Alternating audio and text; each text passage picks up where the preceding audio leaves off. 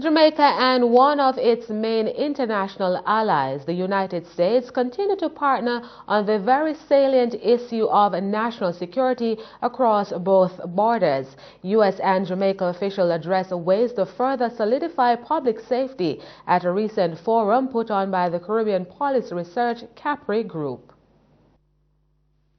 National security has been a central plank of the United States and Jamaica's bilateral relations.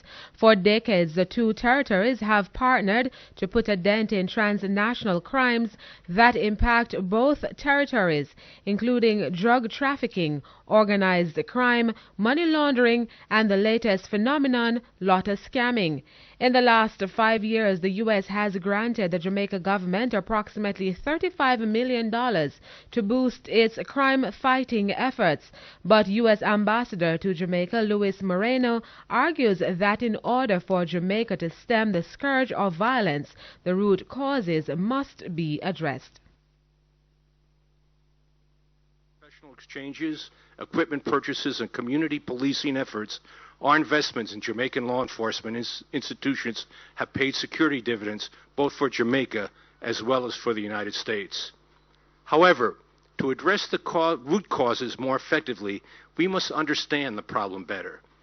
This is a major undertaking, but having reliable data on the nature of crime and violence problem will help us build a strong understanding of what does, and better yet, what does not work.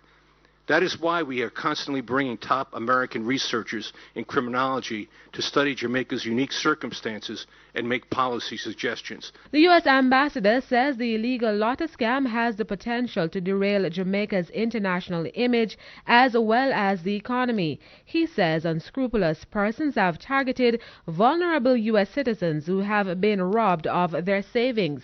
He acknowledged that National Security Minister Peter Bunting and his team have been working hard to demolish the illegal activity.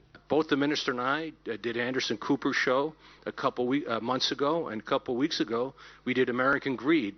So it's part of an effort that we've decided to do to personalize it. You know, you had a 91-year-old guy out west in the United States committed suicide after his family found out that he had been scammed and lost all his life savings. There's another guy who actually came down to Jamaica because he received a letter from the ambassador of the United States of America. And thank God, Commissioner Williams' guys, got to the bank before they could make the guy disappear and wipe out all his bank accounts. So I mean, this is something that has to be addressed, and the root causes have to be addressed. Though a comparison of apples and oranges, Ambassador Moreno likened the lotto scamming to the U.S.'s fight against ISIS. He urged law enforcers to partner with faith groups, schools, and parents to communicate that lotto scamming isn't a cool approach to get rich. You know, we can bomb Raqqa in Syria, carpet bomb it, as some people have suggested. Iraqi forces have overtaken Ramadi, are moving on towards Fallujah. ISIS is losing territory in western Syria and in the north. The western suburbs of Damascus have been cleared of ISIS relatively. But you know what? That doesn't stop someone, that doesn't stop a young man or two young men or a group of young men in Paris or in Africa or somewhere taking terroristic actions. Now, that's the same thing. It's not that different than someone in a lottery scam. You can seize computers. You can take lottery lists. You can seize all type of stuff associated with lottery scamming. But unless you know that you can stop the mentality of people thinking that lottery scamming is a good thing, that, gee, I want to be a lottery scammer when I grow up. You know why? Because that guy in my neighborhood, he's got the nicest house. He's got the best car. He's got the best looking girls. So you actually have to address the reasons for things. Jamaica's National Security Minister Peter Bunting hailed the U.S. for their commitment over the years to Jamaica's crime-fighting measures. Mr. Bunting says the government has enacted several tough legislation that's already reaping success against the criminal underworld. We have strengthened accountability through support to MOCA/ACB, and also in terms of the body-worn cameras, which are finally here and hopefully will be deployed shortly.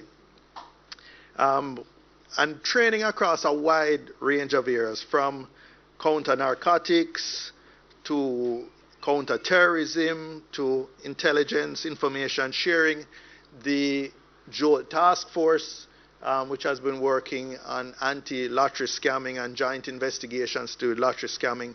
Meanwhile, as global terrorism poses a clear danger worldwide, Police Commissioner Dr. Carl Williams says the U.S. has been a key partner in helping the island develop its anti-terrorism unit in the force.